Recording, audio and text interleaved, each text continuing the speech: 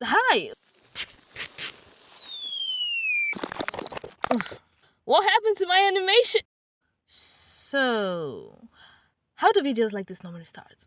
Okay, so, sorry, I say okay, so a lot. Okay, so, hi! Welcome! Sorry for the lame intro. I'm Perplexity. Strange name, I know. I'm an artist, writer, and I have a problem. And no, not these. I fixed them last in the last cut. So sorry if it sounds like you put your video in 2 times speed. I talk really fast and I, I feel so bad for my viewers. On this channel, I'm going to mainly talk about my OCs or worlds because I want people to enjoy my stories as much as I do. I might make tutorials or share my creative process, although I'm still trying to find a rendering style I like, and I tend to get very fixated on things I like or currently interested in, so I might talk about anything and everything. Well, anything and everything I can. You see, right from birth, I've had a very wild imagination. And this overthinker here had decided to have not one, but three different stories to work on simultaneously. Anyway, I have 3 stories. And I do plan to make one of them an animated series someday. But don't worry, I won't dive into world building, not yet anyway. So relax and listen, it's gonna be good. I promise. In this world, a war is brewing. Within and outside the empire of Orcrest, the witches are on a rampage, turning unrest spirits into banes and awakening ancient beasts. Gambit is a story following a high court man and an assassin who unfortunately have been bound by a blood curse. This means I get hurt, you also get hurt. Both are after revenge, but have very different ideals.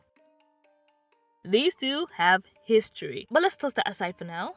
Long story short, in the past, Argento was a hunter that worked under Damon Cross. She saw him as a vile, sadistic serpent and finally left the Empire of Orcrest for the Eastern Empire. Overseas, she made a name for herself, the Gravedigger, an assassin who killed the unjust, and this tale slowly spread across all 5 empires. 2 years later, she returns to Orcrest, following lead concerning the fire that destroyed the orphanage she was raised in. And as a fun side quest for herself, she plans the assassination of Damon, who is now the Second Crown. Unfortunately, you guessed it, she gets caught and is allowed trial before the High Court. Although her doom is certain, she makes a plan to escape, but that escape is ruined when a witch attacks the High Court. Things lead to another, and she, along with Damon, land smack in the middle of the witch's ritual and ruin it in the process. The witch, filled with rage, uses a blood curse on them as a punishment, and then flees the court. Argento finds out Damon has ties to the witch and could possibly be one himself. Outrageous, I know. Now the lives are linked and they have to figure out how to handle everything together, despite the fact that they hate each other. I started the story when I was 11 or was it 12, and I decided to pick it up again because I actually really loved the story. But it was way different, and my 12ish, 11-year-old self just wrote a cringe story that I don't even know if anyone would even want to listen to it.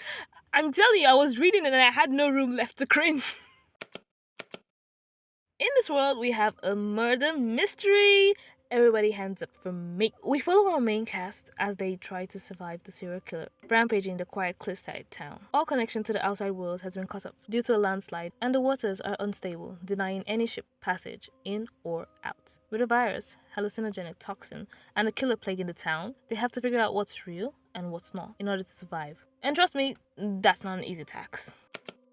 Lanai is a scholar. She's part of the elites and has a very good life. In fact, she's about to get married. And if you know me, you know there's no way that's happening. She gets jilted at the altar by her fiancé on the day of the wedding.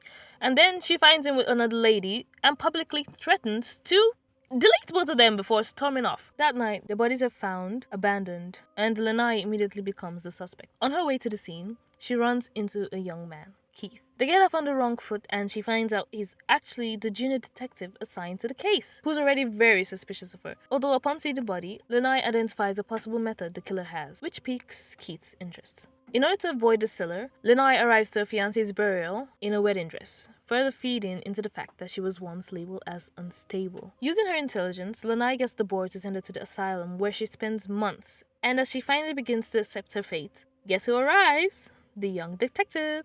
He tells her there's another body and he can get her out on parole if she appeals. She tells him to frick off and that she's satisfied here. And And Keith obviously doesn't listen. His frequent visits were enough to drive her mad, and he was finally able to get her out. Lana is now assigned under his supervisor's guidance, which means he can bug her all he wants, and also find out if she's truly the killer. No, still me. This story was actually supposed to be way away. When I say way, it was actually supposed to be way different. They were to be stuck in a facility, and they had to fight their way to the top with human mutated viruses and stuff. I even started a comic back then. Wow, accomplishments. Although it's kind of like rotten in wherever it is. I think there's old art of them in my Insta highlight, so you can go check it out. Nudge nudge, wink wink. I don't actually have a name for this world yet, so I'm gonna call it nameless. In this world, strange beings called the Others have appeared from nowhere. The abilities they use is called Null, with no origins just like them. The world the Others come from has begun to leak into the main world, and now they plan to merge the two worlds. Should this happen, the real world and humanity will be erased, and the world of the Others, the Elsewhere, will gain form. The only beings capable of defeating the Others are entities, beings that draw their magic directly from nature. But the entities have disappeared, leaving the Noesis and the Hero Party to fight this battle. A girl, tired of the strong female warrior trope, wants to be a damsel in distress, even though she's perfectly capable of taking care of things herself. One day, she falls asleep and wakes up in a tombstone. She realizes that she had woken up in the past where a great battle had taken place, a battle between the Hero Party and beings called the Others. The thing is, this was a tale from her time, and the heroes were praised for saving the world.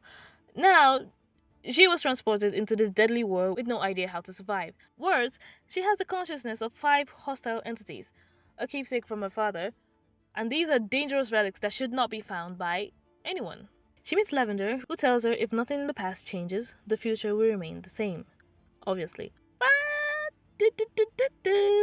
in a series of events, the consciousness of the hostile entities got freed, the timer for the destruction of the world was sped up, and the Hero Party hasn't even been formed. The past has been completely changed, and the doom of the world is now certain. Unfortunately, she can't try to fix up the past because she's currently occupied with a death mark, surviving what's probably an apocalypse, and 5 very hostile entities holding their lives by a thread. The girls are now tasked with retrieving the entities' witnesses while trying to survive. These were the quickest summaries I could come up with, as these stories are still a work in progress. But I do know the direction I want to go in with these stories. I want Gambit to be a book. I'm currently 5 chapters in. Yay for me. Philophobia would be a comic or a graphic novel. I'm not sure. I know I said I had the direction planned, but And Nameless. I so want this to be an animated series. I'd break my back and need a team, but hopefully when I'm ready, it'll be possible. So, I didn't know what kind of content to post. I wanted to do a lot of things and I got confused, hence the name. All I knew was that I wanted to share my worlds and entertain people with them, and to control y'all's emotions however I want. Hopefully, you might be interested. If you are, that means I did my job properly. If you'd like writing tips, art tutorials, more story time, or you just want more lore, let me know in the comments. I have so many video ideas because I talk about anything and everything. Well, anything and everything I can. And remember, keep creating. Perplexity out.